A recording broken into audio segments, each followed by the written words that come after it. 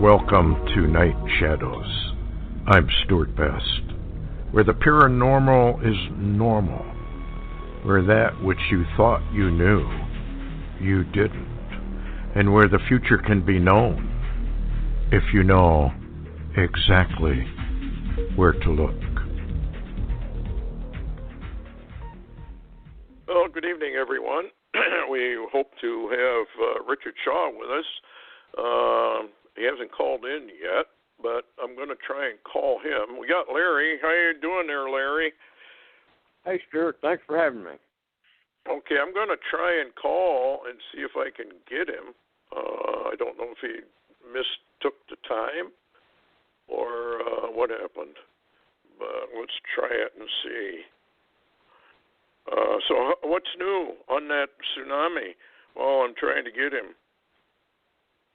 Well, as you well know, there's been a number of earthquakes. They called it an 8, actually, out on the Solomon Islands, the beginning of that, and then up to 7.8, I believe. And then this evening we've had 7 and some 6s. Yep. So it's still rocking. Oh, here he is. I think, oh, this is the call. I'm new to all this. Yeah, that keeps going, doesn't it? I mean, I think there's something really happening here. Hello? Hello, Richard. Richard. How are you? Hi. We wanted to... Hello? Are you there? Hi, can you hear me? Yeah, I can hear you now. Can you hear me? Yeah, this is Stuart. Okay. And hey, Stuart.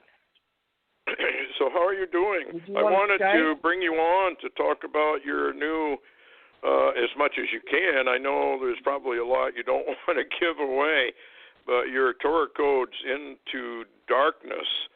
How's that coming along? Oh, well, that's been out for a while, but we keep finding interesting new stuff. Did you want to Skype with me? I don't know if I can. I don't think that works very well here. What number would you be using on Skype? 'Cause I don't have it on my computer. Oh, well, that's okay then. We can just do it on the phone if you prefer. Yeah, we might better. Do you have a Skype number that I could watch for? Well, because I don't know how that works. Oh, I thought we did Skype last time for some reason. Well, maybe we did. What number would that show up on my board? It would be Pinlight 1. That's my Skype name. Okay. Does that come in on the regular board, Larry? Do you know? I don't.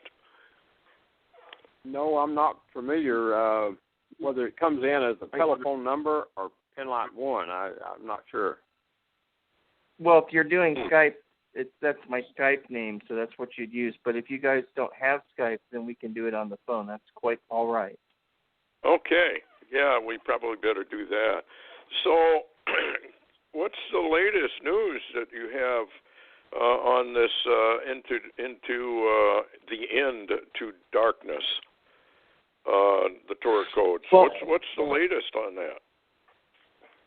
Well, Into Darkness was the film that we did and released last year, and it's been up on Amazon and also on Vimeo, and it's basically an overview of the Torah Codes.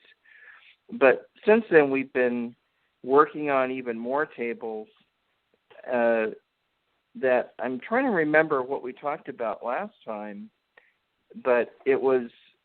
We were interested in looking up tables that we could find on Donald Trump. Right. Did you find anything?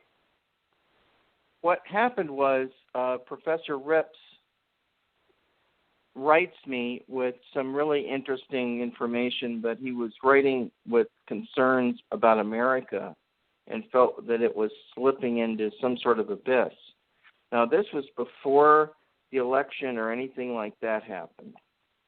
And I had written an article that went up on L.A. Marzulli's Newsmag basically on corruption, and I had found this article apparently was a saved chat room discussion with a cloaked FBI agent and just normal people that wanted to know what the heck was going on in the government because things were so crazy. Mm-hmm. So he released all of this information, and I kind of edited out the extraneous stuff and put that into my article and said, I have no way to vet this, but if this is true, it's really an indictment on our current government. And I sent that to Professor Rips, that article. A couple days later, he comes back with these tables that were so phenomenal, I couldn't believe it, and I didn't ask him to do tables. But based on that, the information in the article that I sent him, he sent me back this table that said Hillary. He found the name Hillary in it, with a skip of only 2 characters, which is more than coincidental. And then in a vertical row in the same table, it says Comey covers up. Now, Comey covers up is in a skip of 513 characters in a complete sentence. Just above that, in another complete sentence, it says, for the mail. And for the mail was also with a skip of 513 characters, which is just unheard of. Wow. And then on the left to all of that is this really interesting vertical line that says, making use by their foundation, referring to the Clinton Foundation. Right. Now, making use by, that part of the sentence was found in a skip of 513 characters, and their foundation was a skip of 513. And then superimposed over that line of text with a larger skip is the word servers. Wow. So everything is right there. Hillary with a skip of 2, making use by their foundation, servers for the mail, Comey covers up. All that's in a single table. So then a few days went by, and he sent me this other table, and it was really kind of dire. It said, D. Trump, this is in a vertical sentence, and then to the right of it, it says, the name of his assassin. Wow. Good boy. So that was pretty dark, and we're going, well, how could that possibly be? We know that he's in danger, and a lot of people believe that he is, because there's crazies out there that were supporting Hillary that are banding together to try to murder Trump. Now, he came out with this table before the news media was coming out with pictures of people scrolling graffiti on walls that said, kill Trump supporters, that kind of thing. Mm-hmm. So we thought maybe that this table was referring to the zeitgeist of the times, that was in the news and so forth. But then when that table came in, it's been, I don't know, I guess it's been 3 weeks ago. Time flies. Rabbi Glazerson happened to be visiting me here in Los Angeles. So he's over at my studio, and we're examining Rips's table. And I said, it'd be interesting to keep searching that line of text to see if there is a name in there, a possible Trump assassin. And they worked on that, but then Glazerson comes up with a table which was really amazing. Using Rips's skip of D. Trump, he finds in the same table United States, a threat, Cyrus in a vertical line next to D. Trump, President in 5777, which is our 2016, the overlap between the 2 years. Right. And then it said murder, and then it said Kislev 5. Now, Kislev 5 is December 5. Right. Yeah. Which is interesting because before, the election was held on Chesvan, which is the Hebrew calendar year for the second month of the year. Chesvan 7 was our November 8th. But in this case, Kislev 5 is the same as December 5. No. So December 5. Yeah. Go ahead. December 5 has come and gone and nothing happened. But then today, if I can find it fast enough here, this is why I'm a little bit late getting to the phone here. I apologize. Oh, no I was problem. trying to find. We're glad to have you on. Forgive me. Let's see here. Let's see, is it the Daily Star? Let's see here.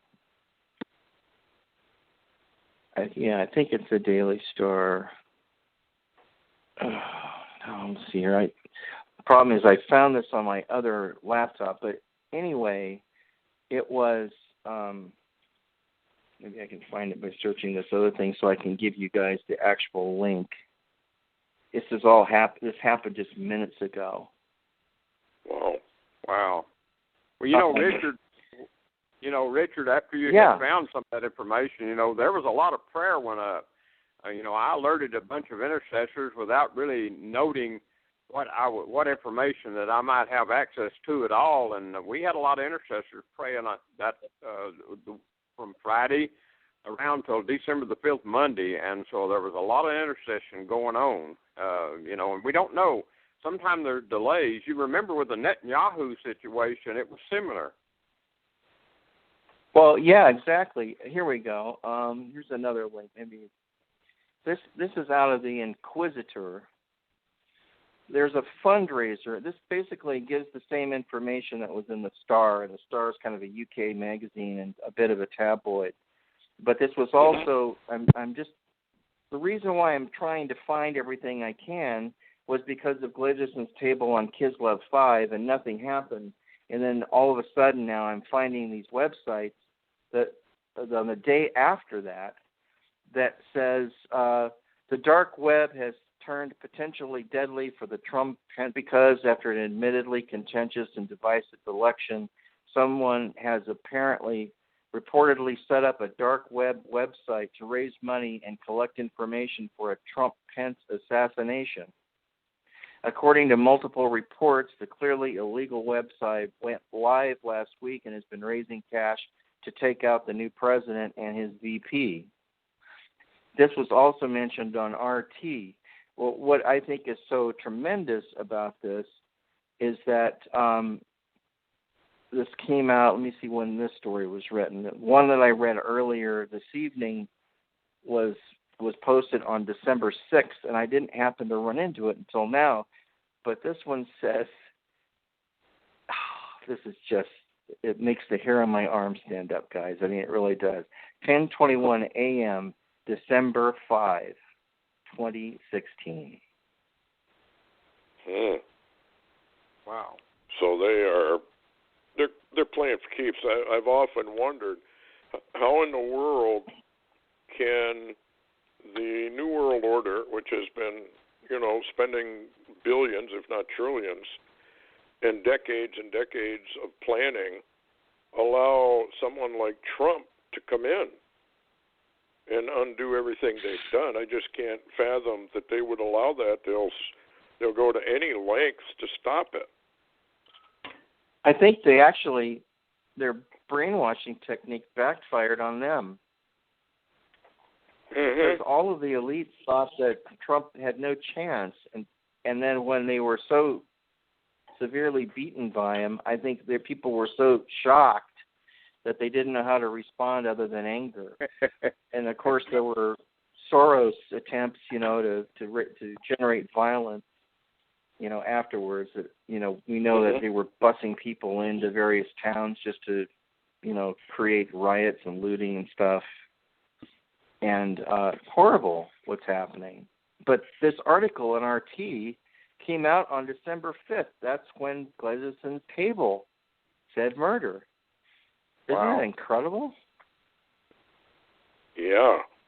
So is there anything on the fact that he will be, or is he just kind of you're going to be hit warnings that if he pays attention to, they won't be able to do anything. Now, I do notice or know on Friday, that Friday the 5th, that Trump suddenly and very abruptly changed his schedule.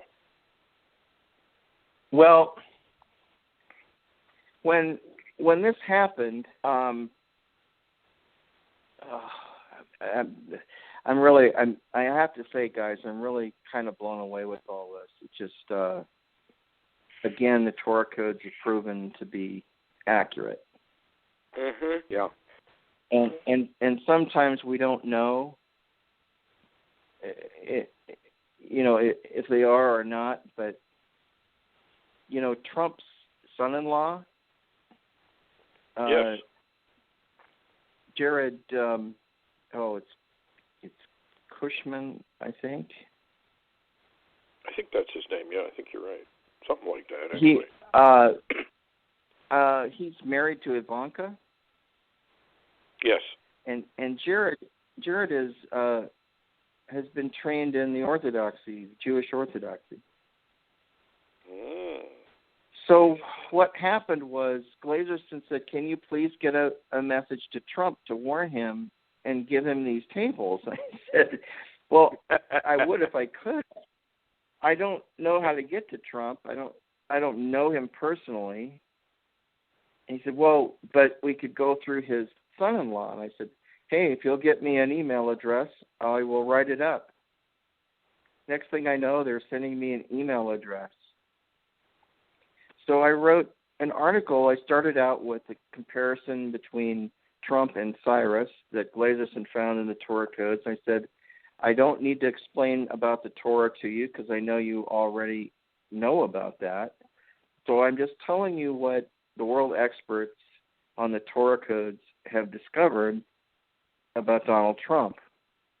And the first table was found 7 months ago by Rabbi Glazerson that talked about Trump and Cyrus and making a comparison between the two. And Cyrus in those days was a form of a Mashiach character because he basically liberated Israel and rebuilt the temple for them. Yes. And that's what they think Trump is now. A lot of them think Trump is like a Mashiach character, not the Messiah, but a Messiah. Mm. And anyway, that's pretty fascinating. So I sent that, and then I sent the tables on murder and assassination. And, of course, when my friend Bob, when I told him what I had done, he said, "Well, I'm staying away from you because now there'll be like black SUVs coming by to pick you up." Yeah. Thinking I'm the one that's trying to do it, and we're just trying to warn him. Mm-hmm. So now with finding this stuff that I've just found today, I'm just blown away. They all came out on the 5th of December, all these articles on the assassination of Donald Trump. Yeah, it was Ivanka that went over suddenly and to talk to her dad, and it messed up his whole schedule. Hello?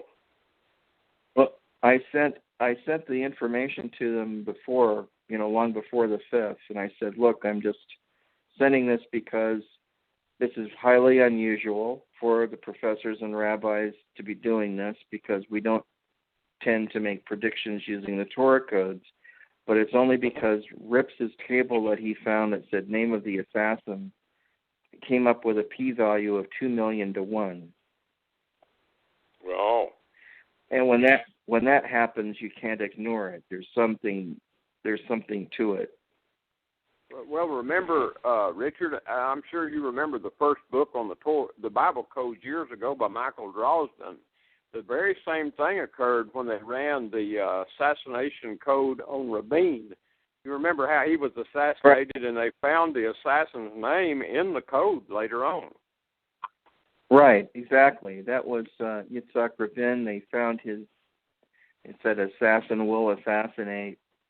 and that was found a year before it happened. And actually, Michael Drosnin went to Israel to talk to the authorities there about it, and nobody knew what to do because there wasn't enough information in the table to know when or who or anything, because they didn't understand that's not how the Torah Code tables work. You have to put all the information in and see if it exists. It doesn't, sometimes you'll find words that you're not looking for. They call that snooping, and they don't really condone that because then it's like it could just be random chance that word is there and it may not mean anything. But if you're looking for something specific.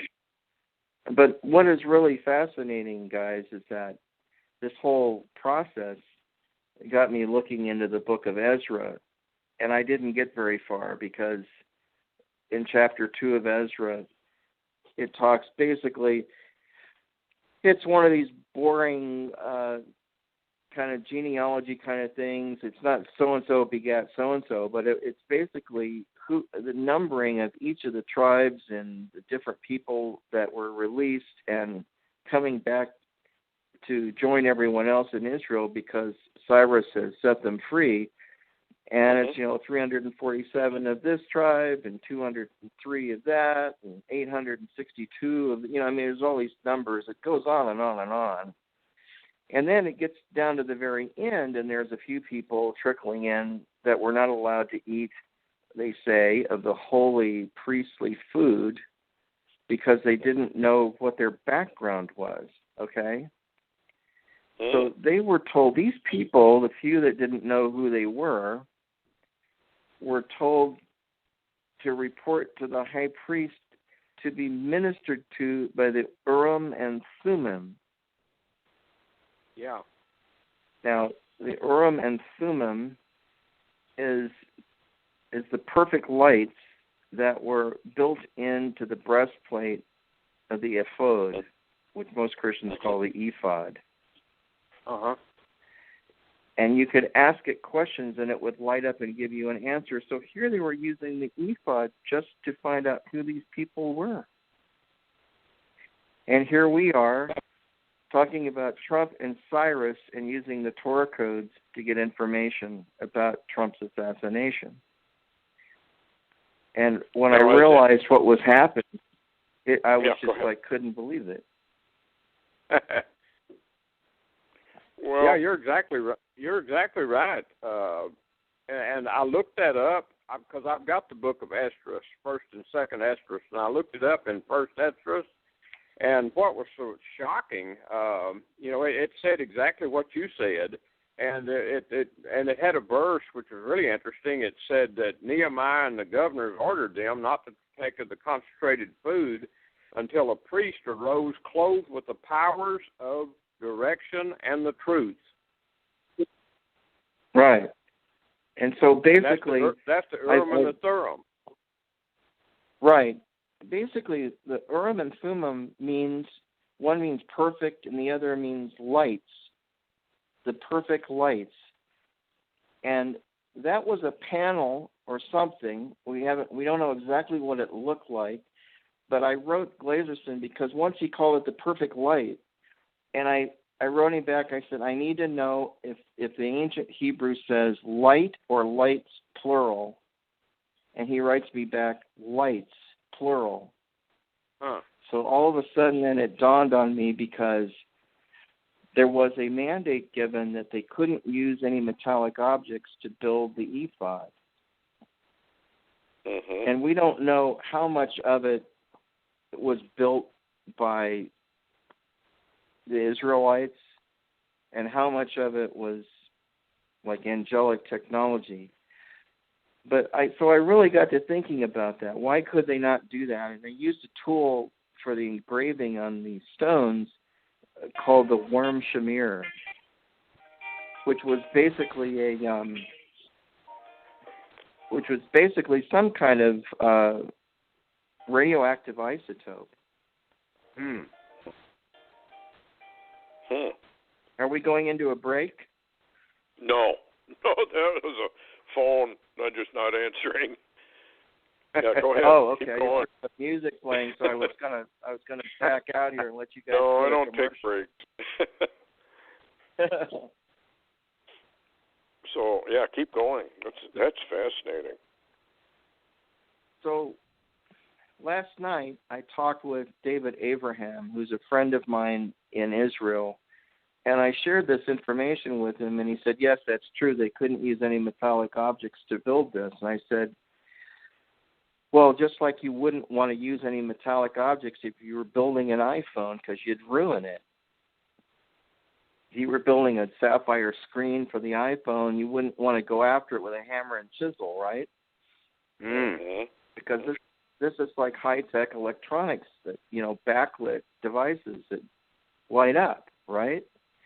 So yeah. I'm saying, I'm thinking that the Urim and Thummim was something like that. That it had electronics involved or something, and it had some spiritual connection.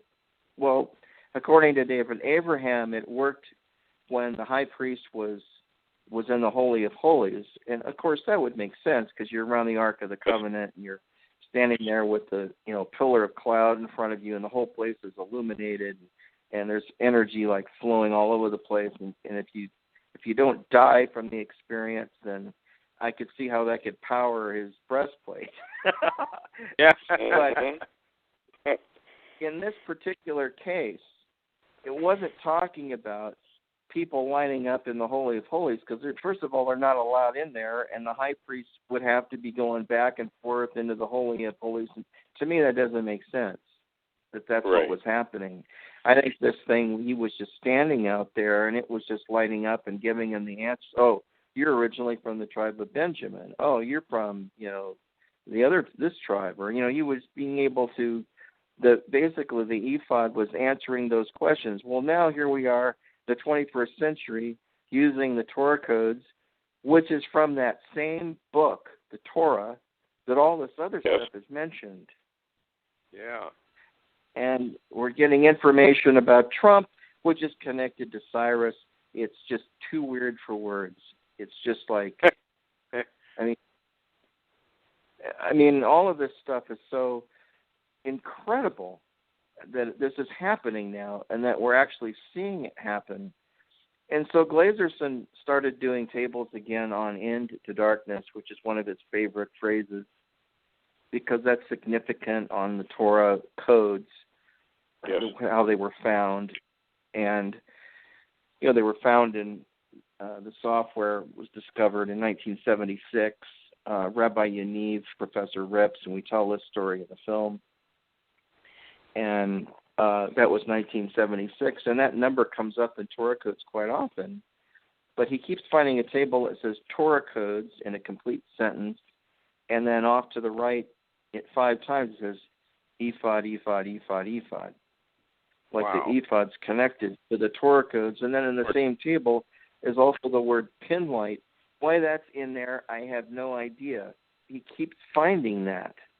I don't ask him to look up my company name. I would be almost kind of embarrassed to ask Glazerson to do that. He just does it anyway.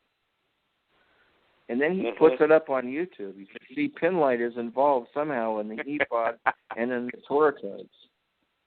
You're and probably the like revelator. I don't know. I don't know what I am. I mean, it's like... But I do believe that there was some incredible things happening in Egypt and with the Torah. The way the Torah was given to us was supernatural. Mm-hmm. And it is not diminish anything about Yeshua or anything like that. It's just something else. It happened prior to that. It has to do with the Jewish homeland and them getting this information. And also, for a while, God was actually speaking with an audible voice to the children of Israel.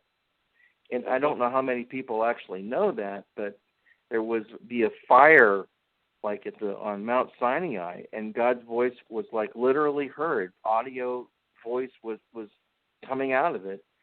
And I asked David last night, I said, look, I'm trying to find this reference because I heard from somebody, and I don't remember if it was from the Midrash or the Zohar or one of the Jewish mystical texts, that when God would speak to his children, it would it was so powerful that their spirits would jump out of their bodies. And that's why they asked Moses to talk to God for them, because they couldn't take it anymore. Wow. And they had to stay miles away from the mountain. Yeah. Have they found anything on an actual assassination in the Torah Codes at all? In other words, have they found anything that suggests Trump will make it all the way to the presidency and do the, help with the third temple? Or have they found something that says he's not even going to take an office seat? Or haven't they done that yet? There's no specifics on that per se. There are specifics on the corruption in the government, specifically mentions Hillary, and these other things which I've mentioned. Right. But I guess what we need to do, I'm sending these websites out to Rips and to Glazeson just to show them that their tables are correct, which is really amazing when you think about it, because their tables were discovered weeks before this happened. Wow. Well, I'm sure they're busy. And Rips is been very communicative lately. And I sent them information, and Glazeson knows this too, that JLTV is going to be airing Torah Codes Into Darkness next month, January. And then it'll be airing in March, April, May, June, July, August, September, October. You skip November, and then it's airing again in December. So it's going to be airing at least 10 times next year on JLTV. And it'll be on DirecTV and Comcast and Spectrum and a few local affiliate stations. So Wonderful. Getting the film ready for that has been kind of keeping me busy. I would think, yes. Well, that's great news, though, because that's probably why Pinlight is mentioned. This is going to be going... I don't know. Well, there is these other tables that say Torah Codes, and then Glazeson found it said will be distributed, and it listed this year and last year. And we released it last year, and now this year it's being distributed, and then next year in the 5777 it's going to be on national television and also Canada. And I don't know who else will be able to pick it up. Oh. But we're still encouraging people to go to the website and get their own hard copy or download it, because that helps us to do more of these. They're expensive to make. We still are, digging out of the production of the first one.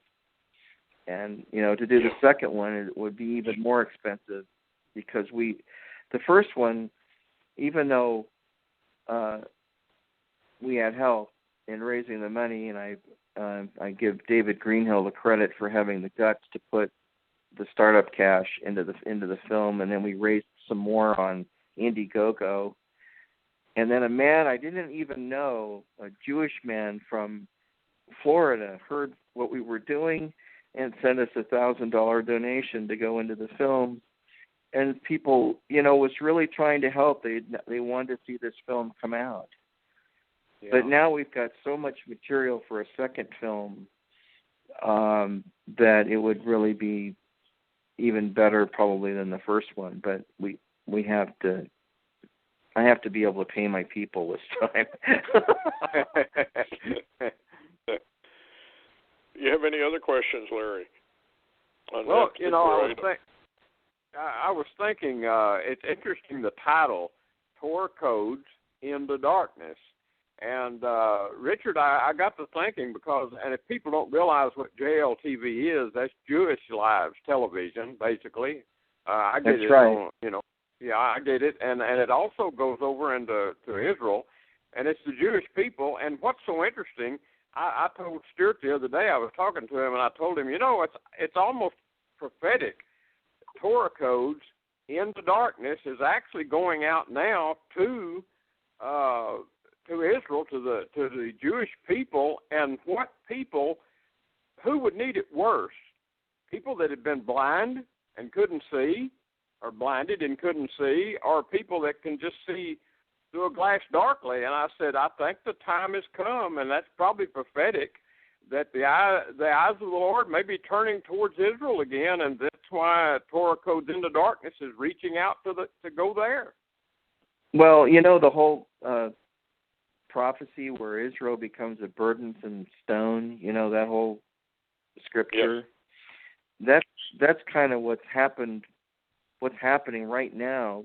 And so what I was told recently, that a lot of the rabbis in Israel are seeing that, there's all these nations coming after them, and, there's this push by Kerry and Obama to try to have a two-state solution before Obama leaves office in January. And, of course, that's a horrible idea. And knowing what we know about the whole Palestinian conflict, that's never going to work. They'll never be satisfied until they have the whole land. Oh, yes. The land for peace does not work. It just doesn't work. I mean, they've given away land to the nth degree, and now they're saying no more. It doesn't work. It's obviously not working. So I'm not in favor of them doing that, but Kerry and Obama are pressing for it, and that could turn around and backfire on them, and also on America. But what I'm hoping is that Trump will get in time to stop that. What the rabbis see all this happening in the burdensome stone scripture, and they see it as this is a setup for the time of Mashiach. They're all looking for the Messiah's return. And Glazerson keeps finding tables on Mashiach and Nibiru, which is also kind of a Zohar midrash mystical text anomaly, where basically what they believe, and which is really so intriguing to me, because they don't realize how closely their texts parallel Christian texts.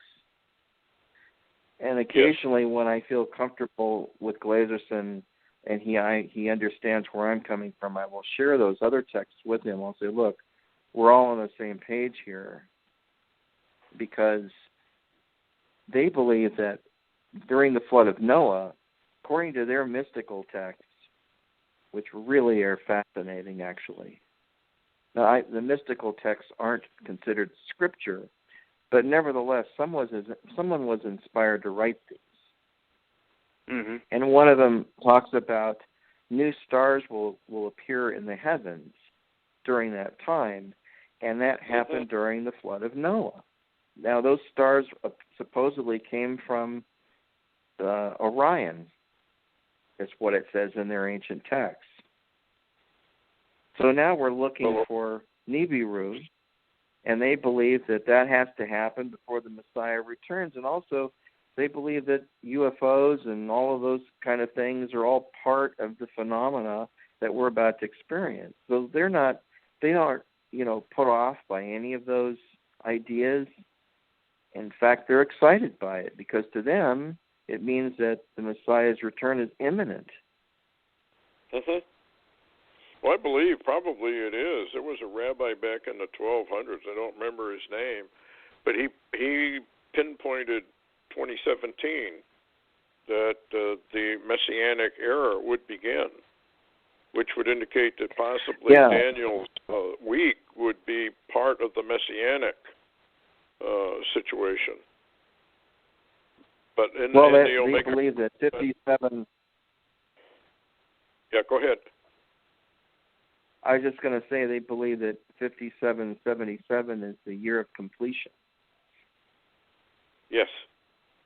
Yeah, and I think what's happening with your production verifies it, 5777, because that's when they would need it. That's when they need to understand that the Lord is talking to them through the Bible codes, the Torah codes.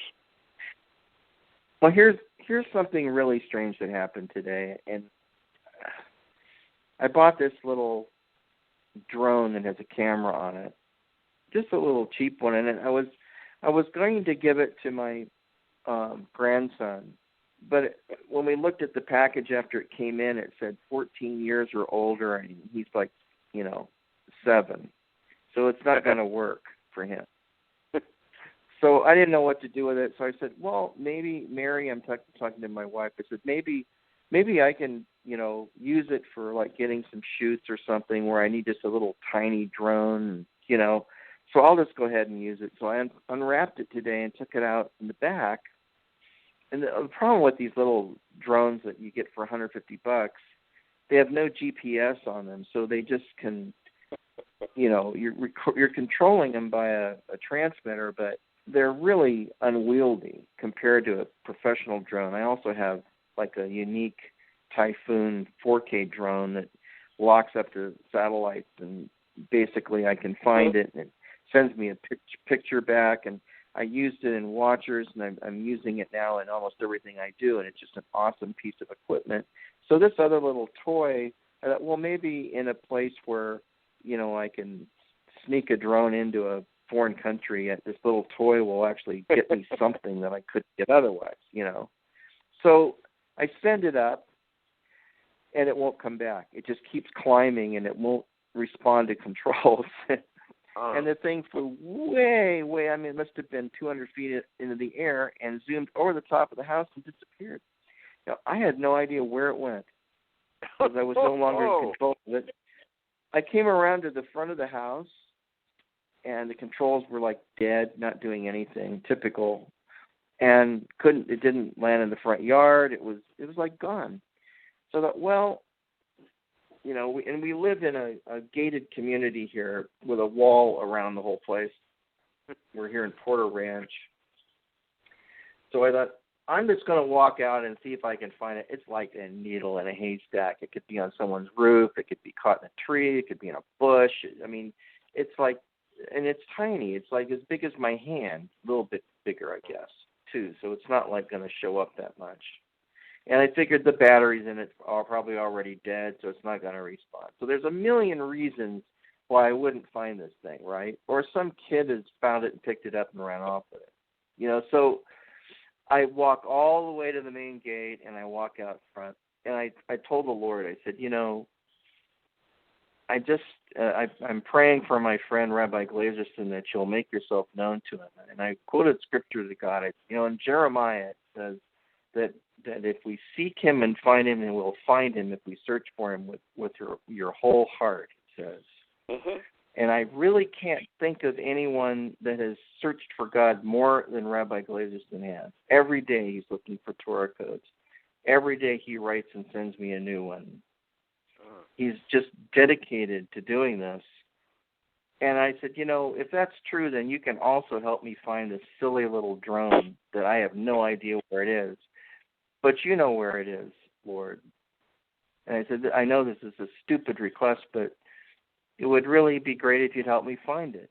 And I'm looking in the trees, and I'm looking around front, and I walk clear around on Corbin Avenue, where our houses are located, our development is. There's a big wall up there, and there's shrubs, and nothing.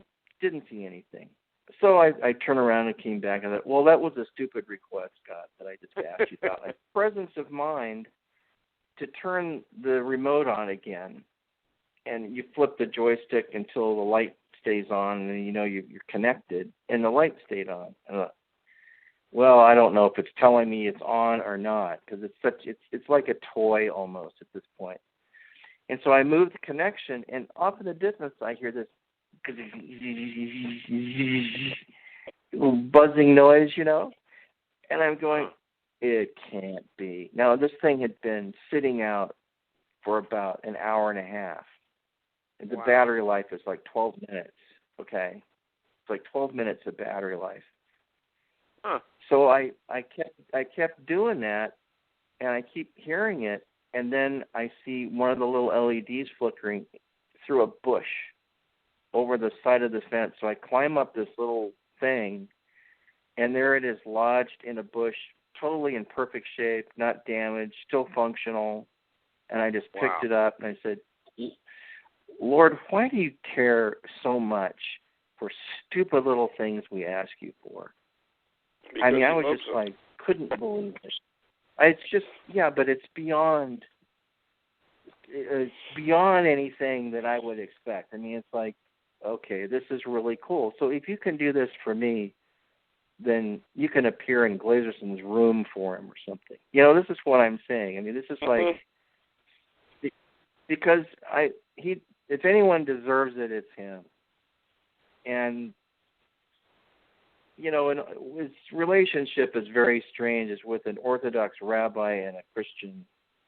And it's like, I don't know what to say about it. And we're not in agreement on everything, but we have tremendous love and respect for each other. And here's the guy that sends me all of this information. And now Professor Rips, who's just like, he's a man that if you're standing next to him, it's almost like you can feel the Holy Spirit in the room. Now, that's really weird. I mean, it's like this guy has kind of like an aura about him, and everyone I've talked to says the same thing. Everyone that knows Rips personally tells me the same thing. They tell me, I mean, Michael Drosnin in his books says, I've never met anyone like Professor Rips. And when I've heard him on the radio, he says the same thing. And yet Michael Drosnin is the first one to say he doesn't believe in God. Yeah. And yet he's working on the Torah Codes. Makes no sense, but that's what he says. And he's still getting information. Well, the Lord is so the rising Torah up. Codes, I mean, it's like whoever's willing to do it. I guess there's not enough people willing to really dig out this information, and we're also trying to get the software updated because I'm really worried about that. Rabbi Glazerson isn't so much, but when he was here, his computer died, and I said, well, what operating system is currently compatible with Soft Torah? That's the name of the software. It's professional software. It's nothing for consumer level stuff. It's just like for the rabbis and professors use. It's what they use, and it's like really tweaky, and they put numbers in, and they're pressing F keys and everything else. I mean, this is like the professional level software. Okay, and Professor Alexander Rotenberg was the guy that came up with this version because. And a lot of people know this, but early on there wasn't this graphic representation of the tables that looked like a crossword puzzle like what we have today. That was Dr. Rotenberg's brainchild. That's the software that we're all still using. So that'll only run. It'll only run on Windows 7. Yeah, I was just going to mention, Richard, that. If I remember right, before that, remember Rips was actually beginning to do Torah codes to some degree with a pencil. Well, yeah, I mean, if you watch the film Into Darkness, Rips told me something I didn't know. I mean, I knew they didn't have much memory back in those days. I mean, the first computer they ever used was an Apple II. And they only put part of the book of Genesis into the computer because that's all the RAM they had. And then but you have to remember back to those days, and that's a long time ago. We're talking almost 40 years ago now. Yeah. And how primitive computers were. And the idea of fonts was still in the future. That was a Steve Jobs thing. Really, fonts, beautiful fonts, didn't come out until the Macintosh was invented in 1984. So we're talking 1976 through 80. They're just looking at a green screen with flickering numbers on it. And the other computers of the day were like the Radio Shack TRS-80, the little IBM. All these were like pathetic little, DOS machines, essentially, disk operating system, just pathetic machines. Apple was really one of the best designed ones. But so what they had to do, and I'm going too long here, and I'll try to make a long story short. I just get technical sometimes. They took all of the Hebrew letters and converted them into just numbers. So, like, if it was the English alphabet, like A would be 1, B is 2, C is 3, that kind of thing. So they did the same thing with the Hebrew alphabet and just stuck that in to the computer, and then they would get their results back as a string of numbers. I mean, you can imagine how confusing that would be. Terribly confusing to me. And I told Rips, even in the film, and Lee's filming us talking about this, and I said, that sounds really hard to me. And he goes, oh, it was quite simple, actually. And I'm thinking, yeah, it's simple for you. It would not be simple for me. So he said it was quite easy. It was all. Yeah, go ahead. No, I'm just saying. He looked at it as being really easy, but I need a graphic representation to understand anything. That's the way my mind works. But he's a mathematician, so for him it's no problem. Do you know if they have done any Torah codes on Antarctica? There's something going on down there, and it's a big mystery. Do you know if they've done anything on that at all? I mentioned that to Glazerston, and I need to talk about it with Professor Rips. I just need to call Rips because I don't remember who all has gone down there. I know Obama's been down there, and so has Kerry. Yep. And Joe Biden may also have gone down there, and possibly the Pope. Possibly Vladimir Putin. And the Pope has been down there. They're all going down there, and there is a pyramid they've discovered down there, but I think there's a lot more to it than that. Are you familiar with Cliff High and the Bots? His latest release is all about, he talks about this mystery of Antarctica and how the discoveries are going to be made that are going to all but gut religious belief. Well, I mean, my thoughts were that either they're going down there because they've rediscovered what Admiral Byrd wrote about back in the 30s and 40s. He went down. You know that story. In his diary, he wrote that they flew down there. All of a sudden, it got warm, and there was grass growing, and these beings met them and took them into like a hollow earth situation. And they were highly advanced people that we wouldn't see here, and there might even be underground cities down there. Now, that's one thought. If that's really occurring, how would we ever know? And if satellite maps, they would hide that from us so we couldn't see it. Or they're down there because they're looking at the South Pole telescope and they're looking to see Nibiru, which is supposedly coming up through the Oort cloud. And maybe that's the best place you can actually see it is from the South Pole. That would also not surprise me. But then there's also, several scientific observation centers down there. The Nuremberg Station. That's been a very hotbed of information. In fact, way back when we were shooting Watchers 5, I think it was, where we were talking about Planet X and we were interviewing Marshall Masters, there was one shooting location that, if you've seen the film, there was one shooting location where there were these big satellite dishes behind one of the guys we were interviewing. Yeah. And I had found that location a week or so earlier, just at random. I was driving through the Santa Monica Mountains, and I thought, what the heck is that? And the chain link fence happened to be unlocked and open, so I just drove on in. And I came up to this fence with an intercom system, and so I pushed the button, and the guy goes, hello, and I said, hi, I'm just curious. This is an interesting installation. What's this dish farm doing out here in the middle of nowhere? And he goes, oh, this is AT&T. And I said, oh, okay, great. I said, is there any way I could come in and check it out? And he said, sure. and he buzzes me in. You know, ask and you shall receive, right? So I go in there. There's this one dude running the whole operation, and I walk through the engineering room. And he goes, "Oh, this one's and basically they show like on their oscilloscopes, they show like a spectrum analysis of the frequencies that particular dish is picking up.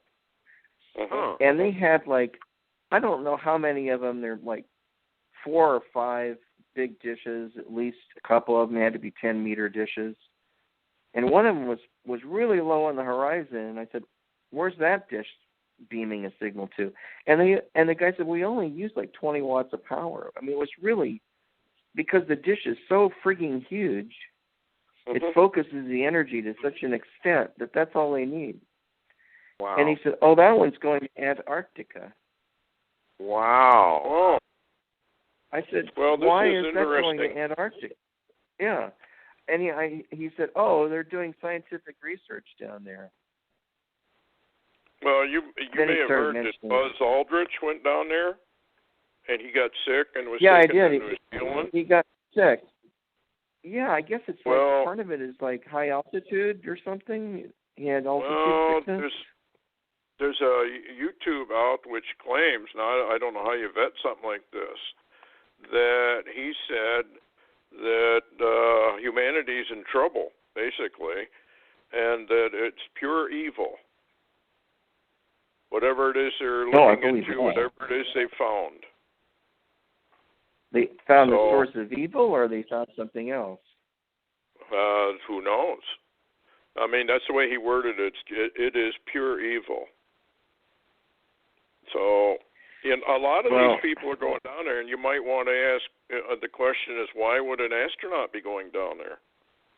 You know, it's very, very interesting. Well, yeah, I mean, the astronaut would be a very credible witness if there was some sort of alien beings down there, or something that he might have seen on one of his trips, and no one believes him. Yeah. I mean, none of that. We only got about a minute and a half left. Oh my Richard, God! how do people get a hold of you? Go to END2darkness.com, or you can go to pinlight.com, PINLIGHT.com, and one of those websites will give you all the information you need. But then there was this, I have to mention this quickly, there was this UFO flap that, Larry, you know about this too, I'm sure, that happened in Turkey just a few days ago. Yes. Where there was they could see like a flying humanoid being, and it was really jerky and unstable. And I sent the clip to Jaime Masson in Mexico City, and he wrote me back a long letter, and he said the guy who filmed that, he knew all about it. So there were 20 witnesses. The guy that filmed it was using a telescope, and the entity that was floating in the air that was recorded on his camera was at the 3,000-foot level. Wow. And you couldn't even see it with a naked eye. Well, I want to thank you for coming on. I probably should have gone for 2 hours, but we scheduled it for an hour. And thank you, Richard. I want to thank you for coming on. Thank you, Larry, for coming on. It's a good program. And hopefully we can get you back on, Richard. Sorry it was a little disjointed at first. I was thinking we were on at 7, but I guess it's 7 for you and 5 for me. But anyway, that's typical of me to get my times mixed up. Okay. Well, thanks a lot for coming on. Appreciate it. Thanks, Richard. Thank you. Thank you so much. Yep. Good night.